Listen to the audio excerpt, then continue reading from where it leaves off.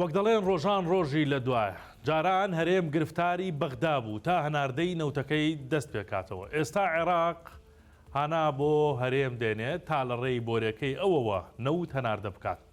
ئێستا هاوکێشەی نەوت لە نێوان هەولێر و بەغدا پێچەوانە بۆتەوە. جەنگ گەروی هورمزی پەخستووە.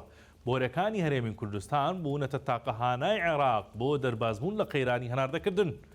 وەزارەتی نەوتی عێراق داوایەکی بە پەلەی خستۆتە بەردەم هەرێم بۆ هەناردەکردنی 300,000 بەرمیل نەوتی کەرکووک و باشوور لەگەڵ دەستپێکردنەوەی 200,000 بەرمیلەکەی کوردستان.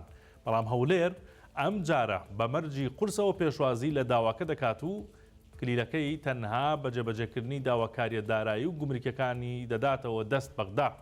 بە پێی راپۆرتێکی ئەلمۆنیتەر حکوومەتی هەرێم هەڵگرتنی گەمارۆی دۆلار لەسەر بازرگانان و ڕێکەوتن لەسەر سیستەمی ئەسیکۆدای کردوتە پێشمەرجی کردنەوەی بۆرەکان تا جارێکی تر کەرتی وزە وەک کارتێکی بەهێزی فشار لە بەرژەوەندی کورد و سەقامگیری ئابووری ناوچەکە بەکار بهێنێتەوە.